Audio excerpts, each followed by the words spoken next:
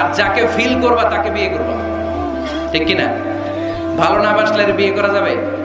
কথা বলেন না কেন?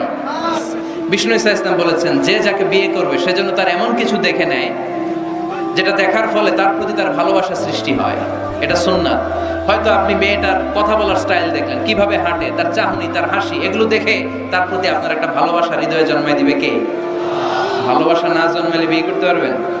কথা বলেন না কেন? আব্বা আম্মা একটা ধরে নিয়ে আসছে, তারপরে কবুল বলা যাবে? এগুলোর জন্য এদেশের ডিভোর্সের রেট বাড়তেছে। ছেলে মেয়েদেরকে ওপেনলি একে অপরের সাথে দেখা করার সুযোগ করে দেয় না।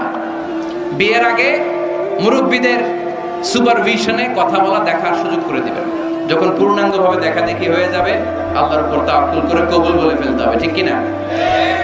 মেয়ের ব্যাপারে ছেলে জানবে, ছেলের ব্যাপারে মেয়ে জানবে, মেয়ের ফ্যামিলির ব্যাপারে জানবে, মেয়ের পুরো ব্যাকগ্রাউন্ডের ব্যাপারে জেনে শুনে তারপরে বিয়ে করার দরকার আছে না নেই? Because you are not choosing your life partner only. At the same time, you are choosing the mother of your upcoming sons and daughters.